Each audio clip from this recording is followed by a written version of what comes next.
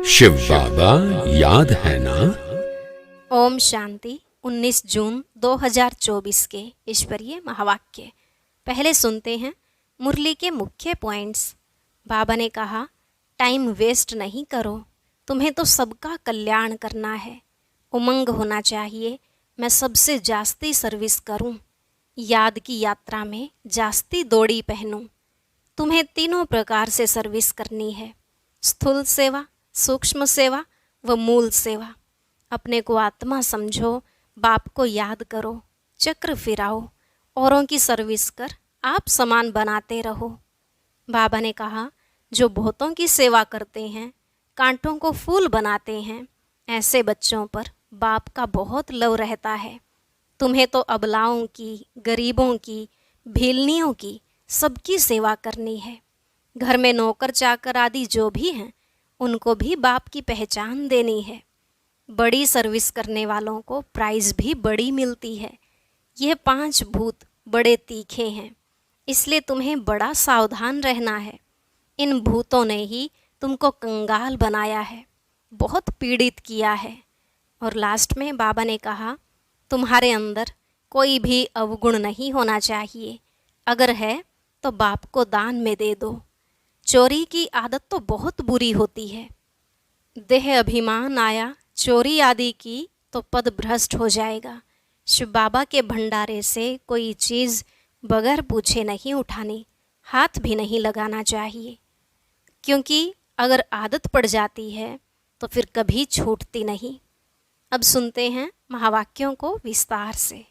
बाबा ने कहा, मीठे बच्चे, सबसे मूल सेवा है बाप की याद में रहना और दूसरों को याद दिलाना। तुम किसी को भी बाप का परिचय दे, उनका कल्याण कर सकते हो। प्रश्न, कौन सी एक छोटी सी आदत भी बहुत बड़ी अवज्ञा करा देती है? उससे बचने की युक्ति क्या है? उत्तर, अगर किसी में कुछ छिपाने की व चोरी करने की आदत है तो भी बहुत बड़ी अवज्ञा हो जाती है। कहा जाता है, कख का चोर सो लख का चोर। लोभ के वश भूख लगी तो छिपाकर बिना पूछे खा लेना, चोरी कर लेना, यह बहुत खराब आदत है। इस आदत से बचने के लिए ब्रह्मा बाप समान ट्रस्टी बनो। जो भी ऐसी आदतें हैं वह बाप को सच सच सुना दो। ओम शांति। रूहानी बाप बैठ रूहानी बच्चों को समझाते हैं। बच्चे जानते हैं हम बेहद के बाप के सामने बैठे हैं, हम ईश्वरीय परिवार के हैं, ईश्वर निराकार है। यह भी जानते हैं तुम आत्म अभिमानी होकर बैठे हो। अब इसमें कोई साइंस घमंड व हठयोग आदि करने की बात नहीं है। यह है बुद्धि का काम, इस शरीर का कुछ भी काम नहीं। हठयोग में शरीर का काम रहता है। यहाँ बच्चे समझ बाप के सामने हम बैठे हैं, जानते हैं कि बाप हमको पढ़ा रहे हैं। एक तो कहते हैं अपने को आत्मा समझ बाप को याद करो तो मीठे बच्चों तुम्हारे सब पाप कट जाएंगे। और चक्र फिराओ, औरों की सर्विस कर आप समान बनाओ। बाप एक एक को बैठ देखते हैं कि यह क्या सर्विस कर रहे हैं। स्थूल सेवा करते हैं, सूक्ष्म सेवा करते हैं या मूल सेवा करते हैं। एक एक को बाप देखते हैं, यह सबको बाप का परिचय देते हैं। मूल बात है यह, हर एक बच्चे को बाप का परिचय देते हैं। औरों को समझाते हैं कि बाप कहते हैं मुझे याद करो तो तुम्हारे जन्म जन्मांतर के पाप मिट जाएं। कहाँ तक इस सर्विस में रहते हैं? अपने से भेंट करते हैं। सबसे जास्ती सर्विस कौन करते हैं? क्यों नहीं मैं इनसे भी जास्ती सर्विस करूं? इनसे भी जास्ती याद की यात्रा में दौड़ी पहन सकते हैं व नहीं। हर एक को बाबा देखता है। बाबा हर एक से समाचार पूछते हैं, क्या क्या सेवा करते हैं। कोई को बाप का परिचय दे, उनका कल्याण करते हैं। टाइम वेस्ट तो नहीं करते हैं। मूल बात है ही यह। इस समय सब ऑर्फन हैं, बेहद के बाप को कोई भी नहीं जानते। बाप से वर्षा तो जरूर मिलता है, तुम बच्चों को मुक्ति, जीवन मुक्ति धाम दोनों बुद्धि में है। बच्चों को यह भी समझना है कि हम अब पढ़ रहे हैं, फिर स्वर्ग में आकर जीवन मुक्ति का राज्य भाग्य लेंगे। बाकी ढेर आत्माएं जो भी दूसरे धर्म वाली हैं वह तो कोई भी नहीं रहेंगी, सिर्फ हम ही भारत में रहेंगे। बाप बच्चों को बैठ सिखलाते हैं बुद्धि में क्या क्या रहना चाहिए। यहाँ तुम संगम युग पर बैठे हो तो खान पान भी शुद्ध पवित्र जरूर चाहिए। जानते हो हम भविष्य में सर्वगुण संपन्न, 16 कला संपूर्ण, संपूर्ण निर्विकारी बनते हैं। यह महिमा शरीरधारी आत्माओं की है। सिर्फ आत्मा की महिमा तो नहीं है, हर एक आत्मा का पार्ट अपना अपना है जो यहाँ आकर बजाती है। तुम्हारी बुद्धि में एम ऑब्जेक्ट है, हमको इन जैसा बनना है। बाप का फरमान है, बच्चे पवित्र बनो। पूछेंगे कैसे पवित्र रहें, क्योंकि माया के तूफान बहुत आते हैं, बुद्धि कहाँ कहाँ चली जाती है, उनको कैसे छोड़ें। बच्चों की बुद्धि तो चलती है ना, और कोई की बुद्धि नहीं चलती। बाप, टीचर, गुरु भी तुमको मिला है, यह भी तुम जानते हो। ऊंचते ऊंच भगवान है, वह बाप, टीचर, ज्ञान का सागर भी है। बाप आए हैं हम आत्माओं को साथ ले जाने। सत्युग में बहुत थोड़े देवी देवता रहते हैं, यह बातें तुम्हारे सिवाय और कोई की बुद्धि में नहीं होगी। तुम्हारी बुद्धि में है कि विनाश के बाद हम ही थोड़े होंगे और इतने सब धर्म खंड आदि नहीं होंगे, हम ही विश्व के मालिक होंगे। हमारा ही एक राज्य होगा, बहुत सुख का राज्य होगा। बाकी उसमें वैरायटी पद वाले होंगे, हमारा क्या पद होगा। हम कितनी रूहानी सेवा करते हैं। बाप भी पूछते हैं, ऐसे नहीं, बाबा अंतर्यामी है। बच्चे हर एक खुद समझ सकते हैं हम क्या कर रहे हैं। जरूर समझते होंगे पहले नंबर में सेवा तो यह दादा ही कर रहे हैं श्रीमत पर।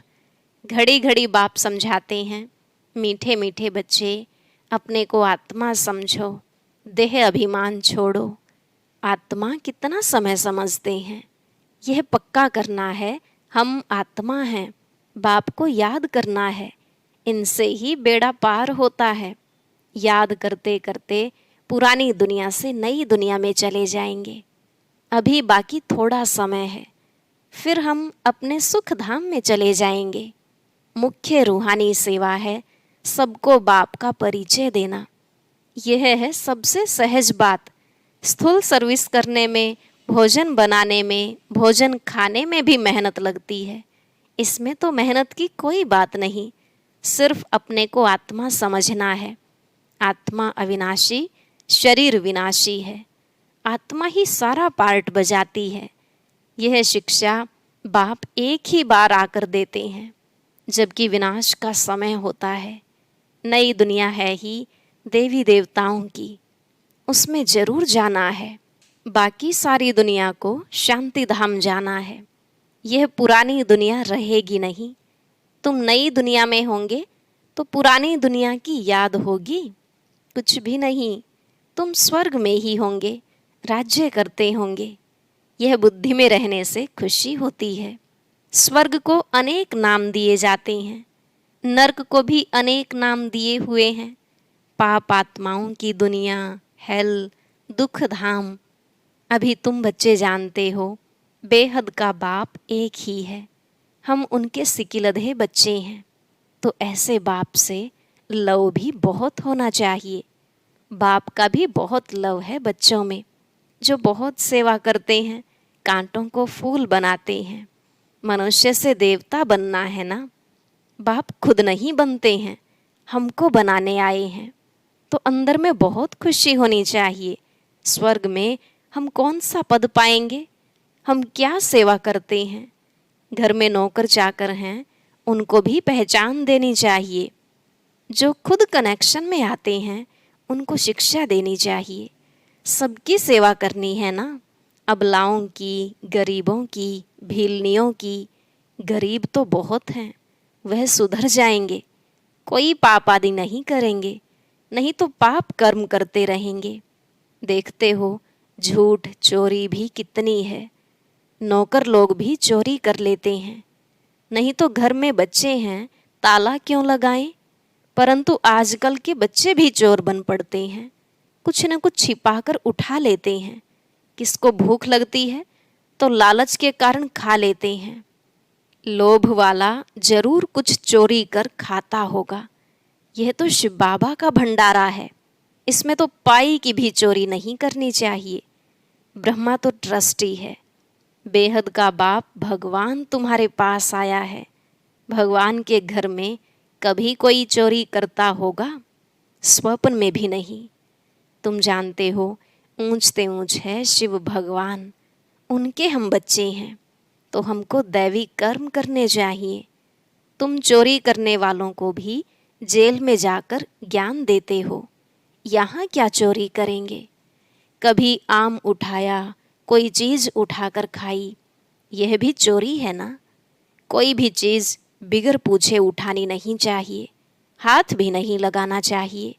शिव बाबा हमारा बाप है, वह सुनते हैं, देखते हैं, पूछते हैं बच्चों में कोई अवगुण तो नहीं है? अगर कोई अवगुण है तो सुना दो, दान में दे दो। दान में देकर फिर कोई अवज्ञा करेंगे तो बहुत सजाएं खाएंगे। चोरी की आदत बहुत बुरी होती है। समझो कोई साइकिल उठाते हैं, पकड़े जाते हैं। कोई दुकान में गए, बिस्कुट का डिब्बा छिपा लिया या कोई छोटी छोटी चीज़ें छिपा लेते हैं, दुकान वाले बड़ी संभाल रखते हैं। तो यह भी बहुत बड़ी गवर्नमेंट है, पांडव गवर्नमेंट अपना दैवी राज्य स्थापन कर रही है। बाप कहते हैं मैं तो राज्य नहीं करता, तुम पांडव ही राज्य करते हो। उन्होंने फिर पांडवपति श्री कृष्ण को कह दिया है। पांडव पिता कौन है? तुम जानते हो, सामने बैठे हैं। हर एक अंदर में समझ सकते हैं हम बाबा की क्या सेवा करते हैं। बाबा हमको विश्व की बादशाही दे, खुद वानप्रस्थ में चले जाते हैं। कितनी निष्काम सेवा करते हैं, सब सुखी और शांत हो जाते हैं। वह तो सिर्फ कहते हैं विश्व में शांति हो, शांति की प्राइज देते रहते हैं। यहाँ तुम बच्चे जानते हो हमको तो बहुत भारी प्राइज मिलती है। जो अच्छी सर्विस करते हैं उनको बड़ी प्राइज मिलती है। ऊंचते ऊंच सेवा है बाप का परिचय देना, यह तो कोई भी कर सकते हैं। बच्चों को यह देवता बनना है तो सेवा भी करनी चाहिए ना। इनको देखो, यह भी लौकिक परिवार वाला था ना, इनसे बाबा ने कराया। इनमें प्रवेश कर इनको भी कहते हैं तो तुमको भी कहते हैं कि यह करो। हमको कैसे कहेंगे? हमारे में प्रवेश होकर कराते हैं। करन करावन हार है ना। बैठे बैठे कहा यह छोड़ो, यह तो छीछी दुनिया है, चलो वैकुंठ। अब वैकुंठ का मालिक बनना है। बस वैराग्य आ गया। सब समझते थे इनको क्या हुआ है, इतना अच्छा जबरदस्त फायदे वाला व्यापारी यह क्या करते हैं। पता थोड़े ही था कि यह क्या जाकर करेंगे। छोड़ना कोई बड़ी बात थोड़े ही है। बस सब कुछ त्याग दिया और सबको भी त्याग कराया, बच्ची को भी त्याग कराया। अब यह रूहानी सेवा करनी है, सबको पवित्र बनाना है। सब कहते हैं हम ज्ञान अमृत पीने जाते हैं, नाम माता का लेते हैं, ओम राधे के पास ज्ञान अमृत पीने जाते हैं। किसने यह युक्ति रची? शिव बाबा ने इनमें प्रवेश कर कितनी अच्छी युक्ति रची। जो कोई आएगा ज्ञान अमृत पिएगा। यह भी गायन है, अमृत छोड़ विष काहे को खाए। विष छोड़ ज्ञान अमृत पीकर पावन देवता बनना है। शुरू में यह बात थी, कोई भी आता था तो उनको कहते थे पावन बनो। अमृत पीना है तो विष को छोड़ देना है। पावन वैकुंठ का मालिक बनना है तो एक को ही याद करना है। तो जरूर झगड़ा चलेगा ना। शुरू की खिटपिट अभी तक चलती आई है। अबलाओं पर कितने अत्याचार होते हैं। जितना तुम बहुत पक्के होते जाएंगे फिर समझेंगे पवित्रता तो अच्छी है, उनके लिए ही पुकारते हैं, बाबा आकर हमको पावन बनाओ। पहले तुम्हारे भी कैरेक्टर क्या थे, अभी क्या बन रहे हो? आगे तो देवताओं के आगे जाकर कहते थे हम पापी हैं, अब ऐसे नहीं कहेंगे, क्योंकि तुम जानते हो हम अभी यह बन रहे हैं। बच्चों को अपने से पूछना चाहिए, हम कहाँ तक सेवा करते हैं? जैसे भंडारी है, तुम्हारे लिए कितनी सेवा करती है, कितना उनका पुण्य बनता है। बहुतों की सेवा करती है तो सबकी आशीर्वाद उन पर आती है। बहुत महिमा लिखते हैं, भंडारी की तो कमाल है, कितना प्रबंध रखती है। यह तो हुई स्थूल सर्विस, सूक्ष्म भी करनी चाहिए। बच्चे कहते हैं, बाबा यह 5 भूत बड़े तीखे हैं जो याद में रहने नहीं देते हैं। बाबा कहते हैं, बच्चे शिव बाबा को याद कर भोजन बनाओ। एक शिव बाबा के सिवाय और कोई है नहीं, वही सहायता करते हैं। गायन भी है ना, शरण पड़ी मैं तेरे। सतयुग में थोड़ी ही ऐसे कहेंगे, अभी तुम शरण में आए हो। कोई को भूत लगते हैं तो बहुत पीड़ित करते हैं, वह अशुद्ध सोल आती है। तुम्हारे को कितने भूत लगे हुए हैं, काम क्रोध लोभ मोह, यह भूत तुम्हारे को बहुत पीड़ित करते हैं। वह अशुद्ध सोल तो कोई कोई को तंग करती है। तुमको पता है यह 5 भूत तो 2500 वर्ष से चलते आ रहे हैं। तुम कितने तंग हो पड़े हो, इन 5 भूतों ने कंगाल बना दिया है। देह अभिमान का भूत है नंबर 1, काम का भी बड़ा भूत है। उन्होंने तुमको कितना सताया है, यह भी बाप ने बतलाया है। कल्प कल्प तुमको यह भूत लगते हैं। यथा राजा रानी तथा प्रजा सबको भूत लगा हुआ है, तो इसे भूतों की दुनिया कहेंगे। रावण राज्य माना आसुरी राज्य। सतयुग त्रेता में भूत होते नहीं, एक भूत भी कितना तंग कर देता है, इनका किसको पता नहीं है। 5 विकारों रूपी रावण का भूत है, जिससे बाप आकर छुड़ाते हैं। तुम्हारे में भी कोई कोई सेंसिबल हैं जिनकी बुद्धि में बैठता है, इस जन्म में तो ऐसा कोई काम नहीं करना है। चोरी की, देह अभिमान आया तो रिजल्ट क्या होगी? पद भ्रष्ट हो जाएगा। कुछ न कुछ उठा लेते हैं, कहते हैं कख का चोर सो लख का चोर। यज्ञ में तो ऐसा काम कभी नहीं करना है, आदत पड़ जाती है तो फिर कभी छूटती नहीं है। कितना माथा मारते हैं। अच्छा, मीठे मीठे सिकिलधे बच्चों प्रति माता पिता बाप दादा का याद प्यार और गुड मॉर्निंग। रूहानी बाप की रूहानी बच्चों को नमस्ते।